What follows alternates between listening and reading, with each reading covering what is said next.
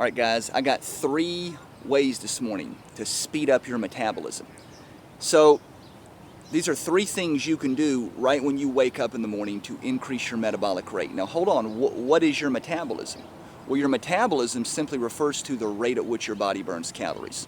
And a lot of people, they think if they wake up in the morning and they take a big piping hot, steaming hot cup of coffee, they think that's going to speed up their metabolism.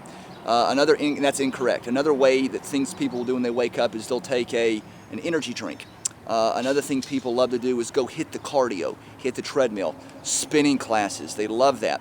Or weightlifting, first thing in the morning, empty stomach, and that's a big mistake to make if you want to increase your metabolic rate and speed up your metabolism. So let me explain to you 3 effective, safe, sustainable ways to speed up your metabolism when you wake up in the morning. So reason number 1, the first way, is when you wake up first thing in the morning, go drink water.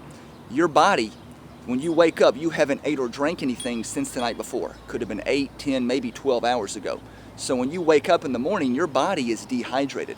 Your body is dehydrated. It's definitely underhydrated at a minimum.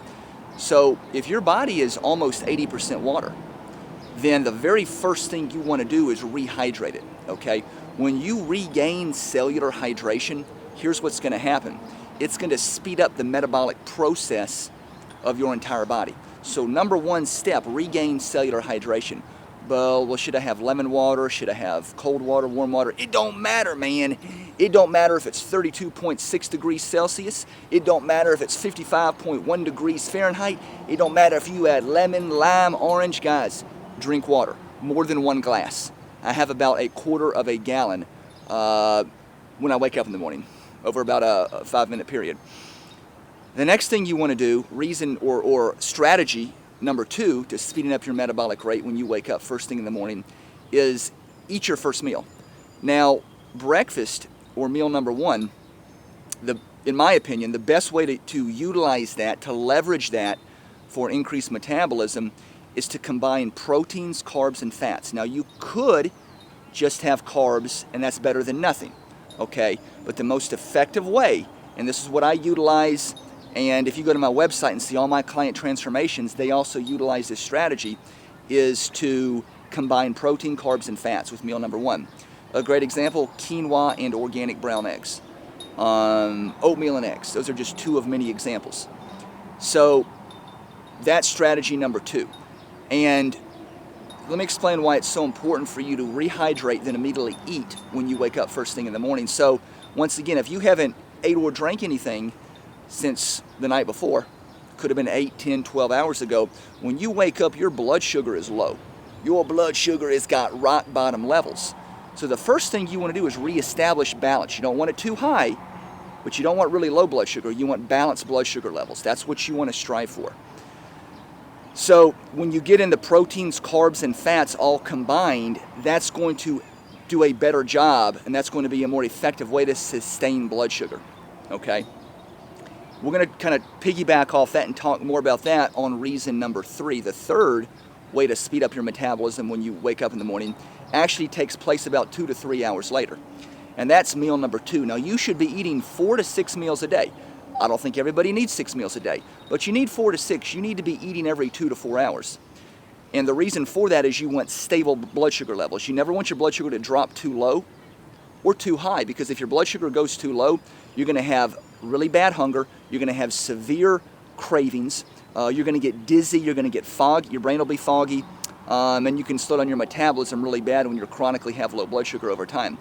And if it gets too high, that can lead to fat storage, and it can also make you sluggish with high blood sugar. So, the third way to effectively, sustainably increase your metabolism is for meal number 2. For meal number 2, you want to have a big Tupperware bowl container full of cruciferous, leafy green, multicolored carbohydrates in the form of vegetables. So vegetables technically are carbs. But you want to have those, and now tomato technically is a fruit, but you can add tomatoes to it. I like to have spinach, kale, some lettuce, arugula, spring mix, diced up Campari tomatoes. What else?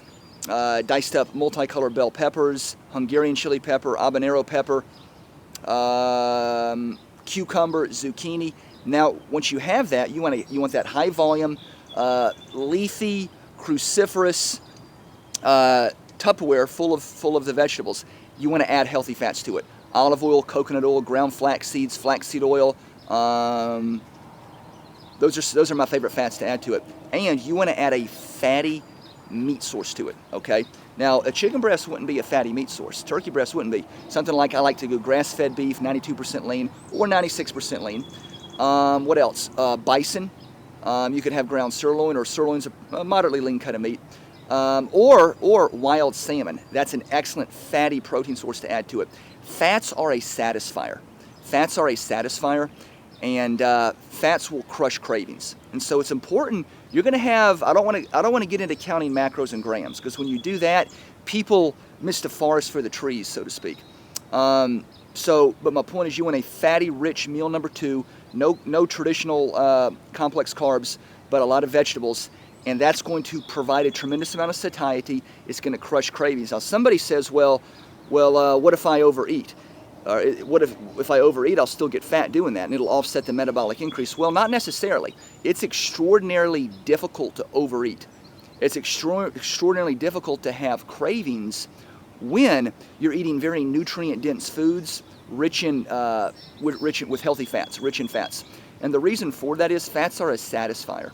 You still do definitely need carbohydrates. Even my obese clients, even the ones that I work with that might have hypothyroidism, they're still going to have some complex carbs in there. But it's very difficult to have cravings and overeat, because most cravings, guys, are caused from a deficiency in micro or macronutrients. So my point is that when you get the healthy fats and you get very nutrient-dense, rich foods, you're going to have more sustainability, and those nutrient-dense foods are going to provide satiety and balanced blood sugar from meal to meal. Guys, you've been great. Apply those, rev up that metabolism, and never rely on a pill, potion, or powder, coffee or energy drink, or cardio to increase your metabolism. Guys, get to my website in the box below. Click on that in the description box, and we're out of here. Have a great one.